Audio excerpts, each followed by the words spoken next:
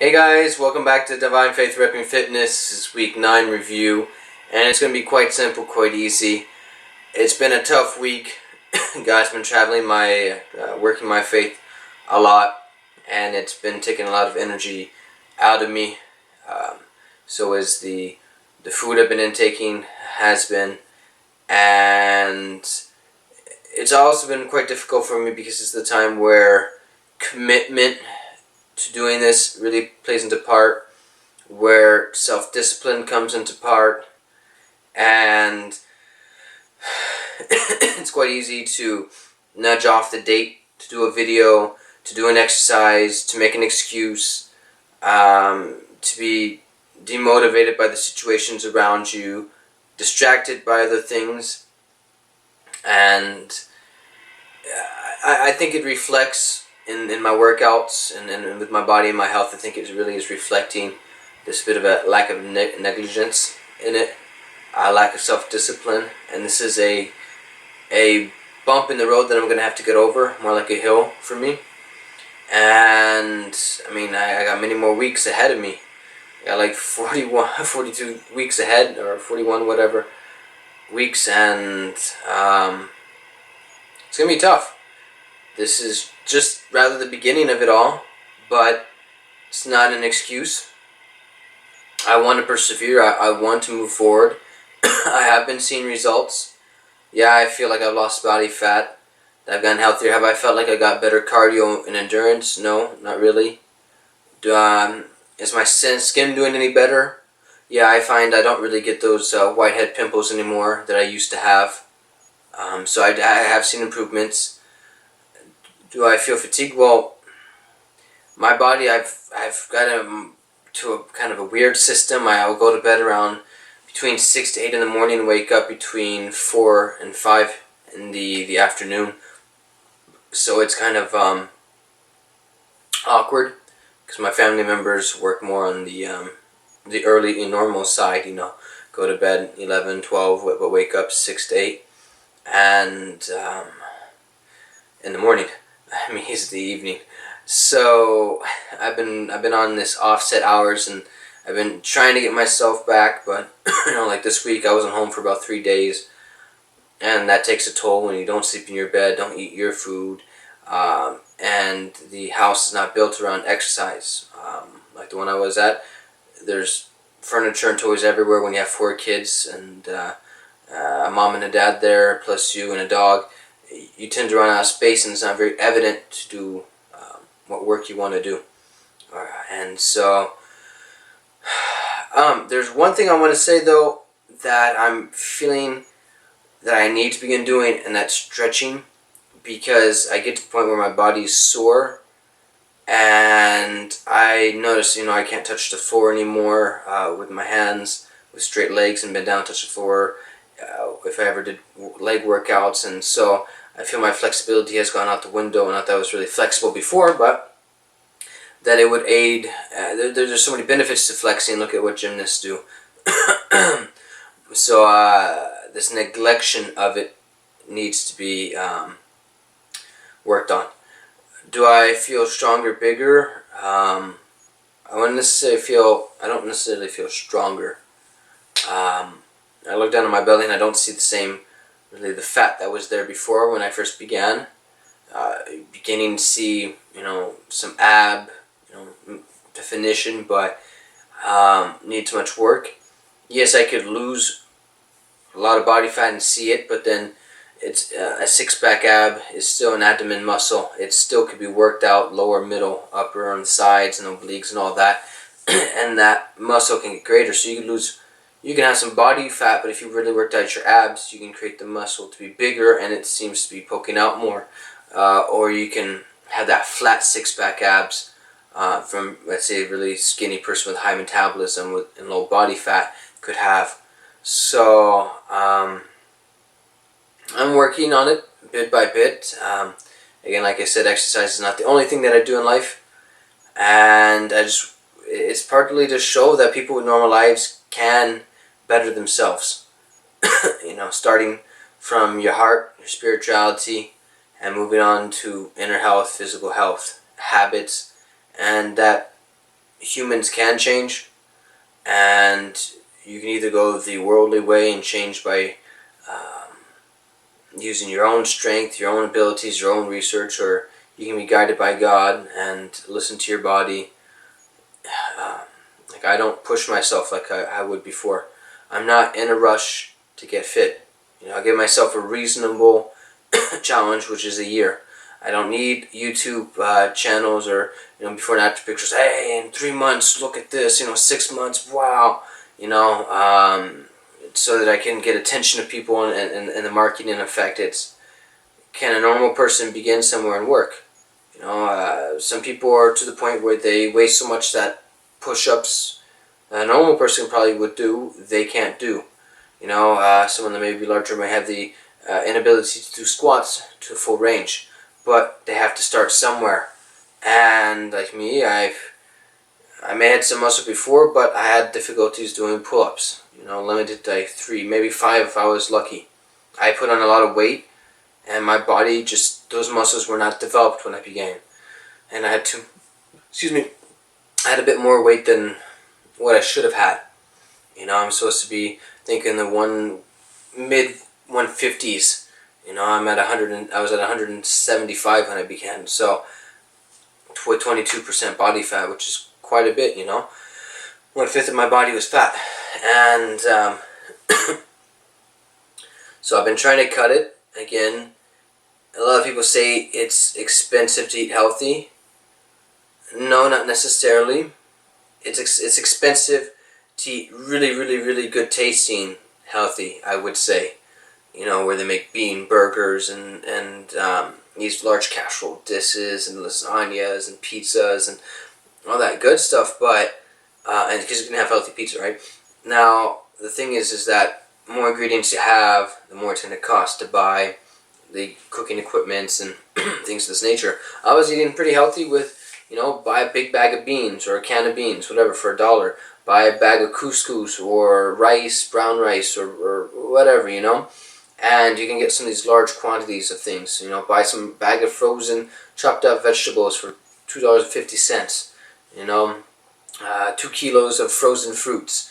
A bunch of broccoli and a head of broccoli and a bunch of kale or spinach, and it's not really that expensive, but it's the dressings if you want, it's the toppings, the sauces, the meats. If you want any snacks like a cheese, besides some crackers. So the more variety that you have, it's going to be more expensive.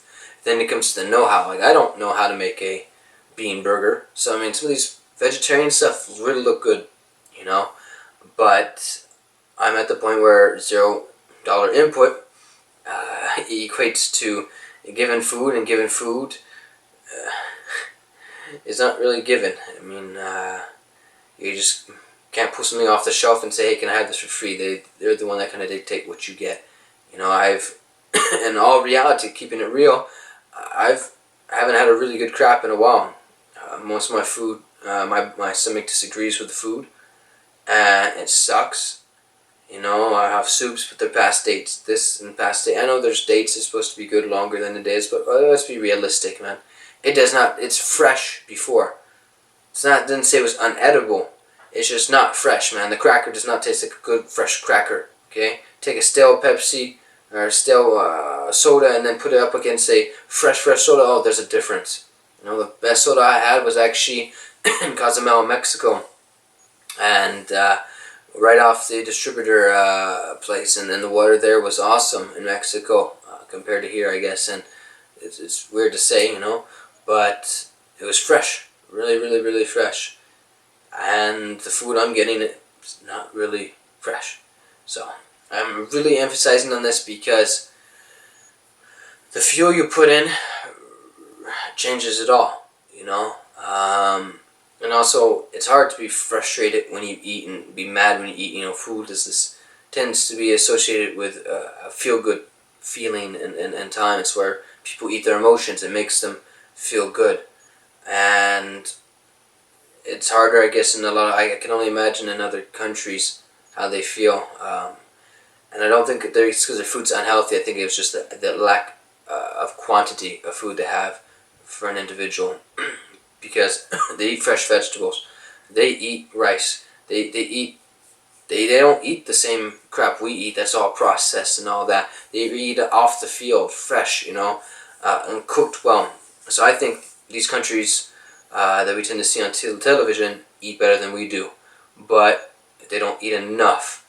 And then I think we eat too much and not work enough. I mean, their physical labor, they put in hours and hours of work. They burn calories, unlike us that tend to be couch potatoes, sitting on our table, doing a lot of white collar work, depending greatly upon machinery versus manual.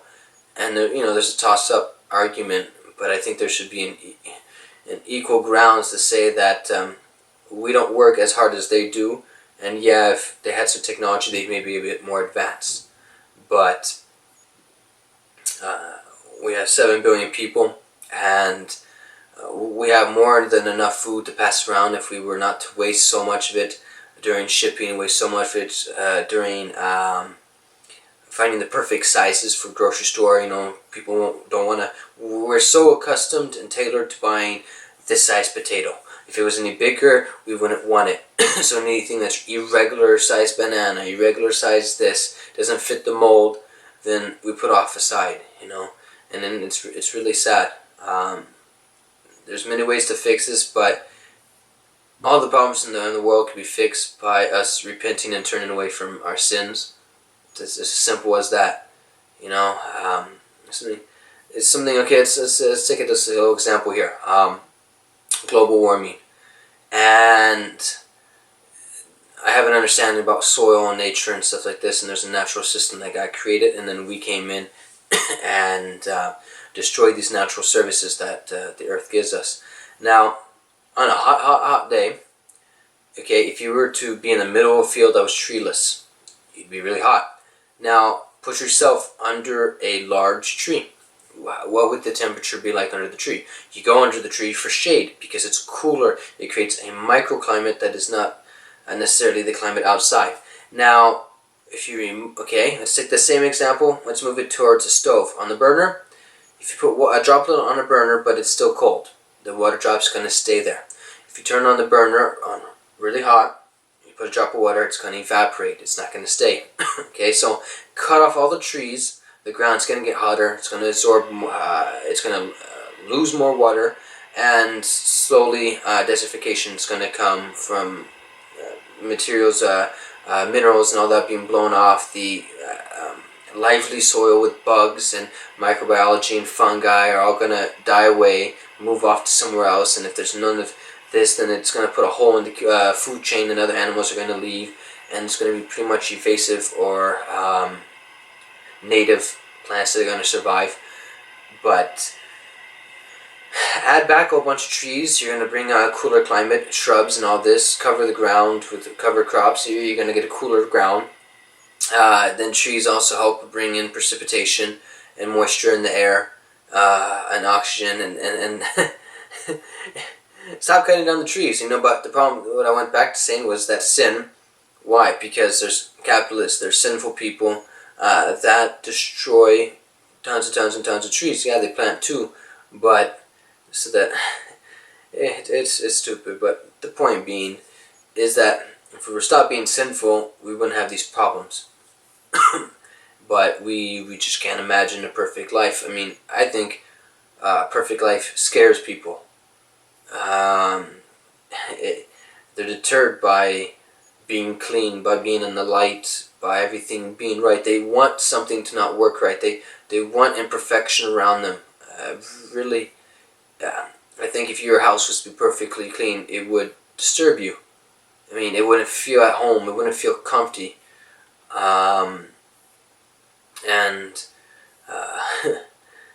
Yeah. So I'm dealing with my sin in my life. I'm dealing with fears, anxieties, burdens, mentalities, attitudes.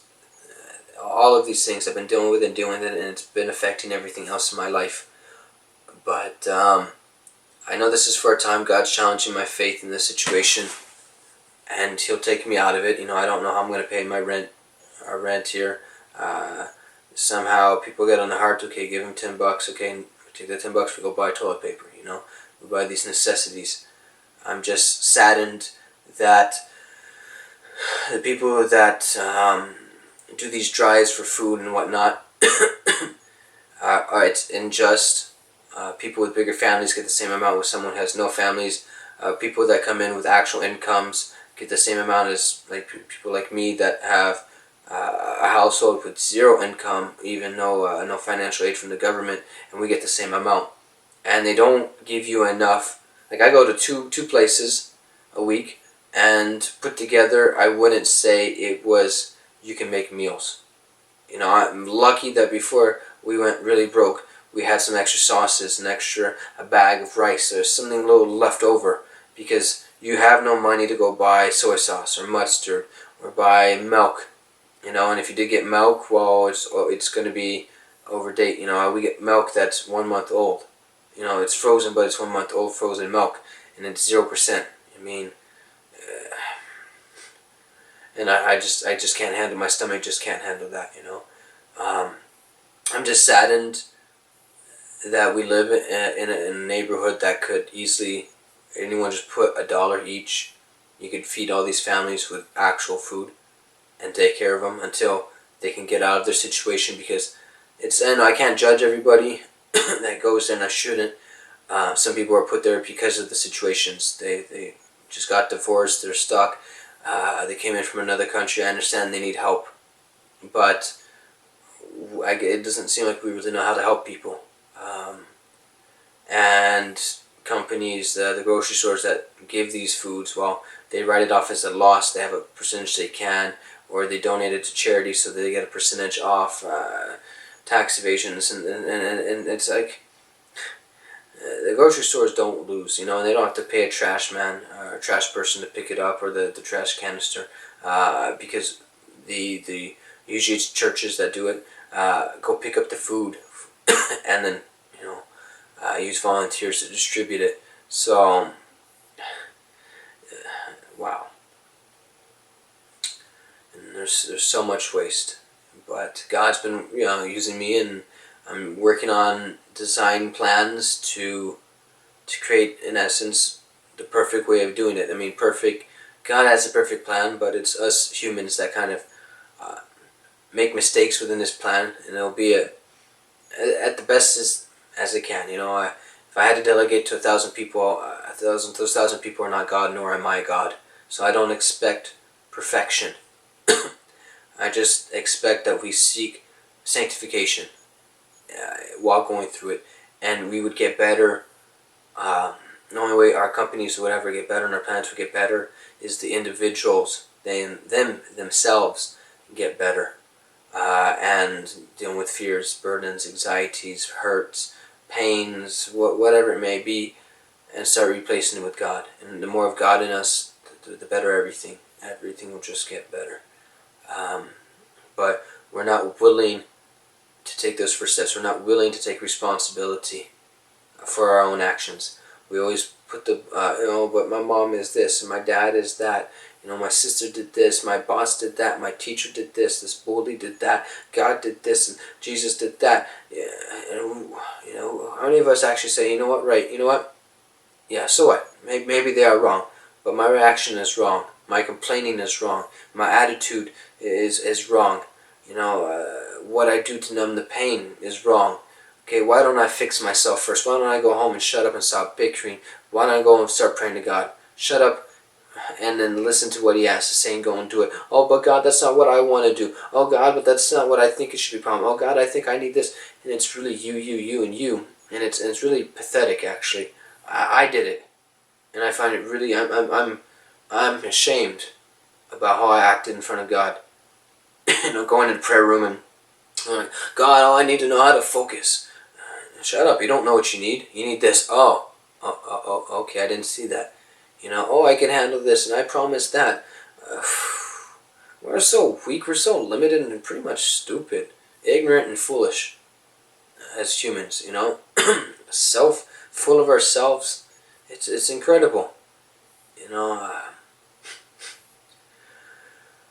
It's all undoable, but are we willing to put the effort? Oh, but I have 4 children, I got 16 hours a week, I got this, and I got a back problem, and I gotta go here, and I gotta do this, and I don't have time for that, and I'm too fat, excuses, excuses, excuses. If you start repenting, I think God knows how to take you out.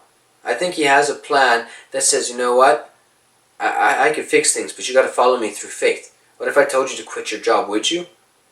And is God saying that to you? If God told you quit your job, would you? Oh, but Lord, I have to... What, you don't think God saw that you needed money?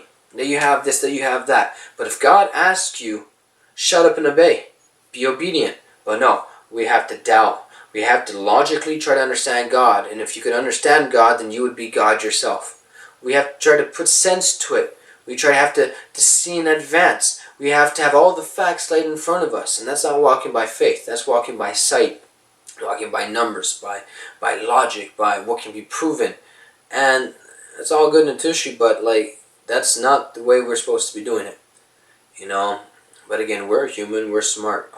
Actually, we're really stupid. Everything we understand is us understanding the accumulation of all the other years of people doing science. What our science is built upon, and our technology is built upon old technology, who built it upon old technology, and there's nothing new under the sun, okay? There's nothing new. We keep doing the same things over and over and over again. Acting like we're taking the credit. How many of us can create a flower from nothing? Humans can't make nothing from nothing. Something from nothing. We have to take a gene. We have to take a cell, an atom. We have to take up this and mix it with that. God took something. He took nothing and made many things out of it. Not one flower, many flowers, different colors, different temperatures, different smells, different way of growing, different bugs to attract, made the sun, made the stars, pretty much the same thing. Earth, water, human beings. How many, we can't understand all this stuff, Science is just our comprehension, our names to things that are unknown to us. We're still discovering things, and we're so limited and naive. Satan doesn't want you to know the truth. He wants you to be distracted. That's all good too, but I don't want to be. Since I've found Jesus, my life has been different, and I'm still a real person. I'm still a sinner at times. I do make mistakes, but I am trying to sanctify myself. Okay, I made a mistake. Whoops. Okay, Lord, what in me still is there? What in me does Satan still see that he can tempt me with? Okay, I'm sensitive to my situations. I seek to know what is wrong so that I can deal with it before God, so that my relationship with Him is not hindered, so that I can remove my roots of bitterness, my sorrow, my, oh, woe is me, the pity me, cry for me. No, I'm done with that. I lived that life. I went through the criminal stuff. There's nothing there. Sitting here and looking over what I've done, boy, was I stupid. What joy do you get from Grand Theft Auto and shopping cars and selling drugs and taking drugs? There's really no joy. In the end, you're afraid of cops. You're afraid of getting arrested. You see people around you getting arrested. People getting beat up, being shot at. What is there? What is it to lose your friends? I lost my mom. And she was doing stupid stuff. Not necessarily criminal, but she couldn't handle herself, her sins. And look what happened. I got many friends that I had before that all lost their mother. And I'm telling you, they were not happy people. It's sad to say, they were hurt and broken people. And people that go to jail, ask them, are they truly happy people? No. Deep down inside, they're running from something. They're fearful of something. They have anxieties and burdens. They took matters in their own hands. Okay? Even if you go to church, church is there for broken people. That's what it is. It's a hospital for broken people. That's what church is. Except how many people in that church are actually trying to get healed? Or they're just taking pain meds and then staying there overnight, like free rent. Pain meds don't fix the problem. Why don't you get the problem fixed? Okay? Oh well, but I take legal drugs, such as legal marijuana, or not. If you have leukemia, that's one thing, okay? If I'm talking about, oh, I'm bipolar, I'm this, I'm ADHD. No, you're not. You just got issues that you can deal with God, and then you don't need medication. Oh, they labeled me ADHD. No, I was intelligent and had a lot of energy. It was up to me to control it. That's all. I didn't need the drugs. The drugs create more side effects. I need more things to aid, wheeze off the side effects that create more. Boy, everything can be fixed with Jesus. Just, are you willing to be fixed? Are you willing to take action? We want every other person to change, but no one wants to take the first step to change. And when we change, we try to do it on our own strength, with our own truths. Bible's all, we'll read the Bible, but no, we won't have a relationship with Jesus Christ. Why? Because the relationship with Jesus Christ requires you to shut up and listen to what he has to say. That means reading the Bible, okay, the word is there, the words are written. But with relationship with Jesus Christ, you have to listen. You have to obey a voice by faith. Put in work. You can't survive off faith alone. It requires works. And you can't just do works, you have to have faith. So, by being obedient to what Jesus puts on your heart is doing works by faith. Read the book of James. You'll see that. How many of you count your afflictions as joy to strengthen and challenge your faith? We don't. We complain and complain and complain. How many find it joyful? How many love to go through afflictions? How many people love to wait? How many people truly love men or love women in a non-sexual way? Do you really love them? Or are you frustrated? You're mad against mankind, against human beings. Hey, newsflash, you are a human being. And people reflect the same way. They think you're just one of them too. One of those human beings. Okay? We are human. We make mistakes. We're sinful. We hurt people. We're just sinful, man. But God in us is not. And I mean God the Father of Jesus Christ, to be specific. It's one religion. And religion is this relationship. Not a set order of rules that we need to follow. Stand up, sit down, do this, do that, this and that. Okay? There's rules. There's guidelines to follow. That's called order. Well, it overheated and I came back and I lost my train of thought.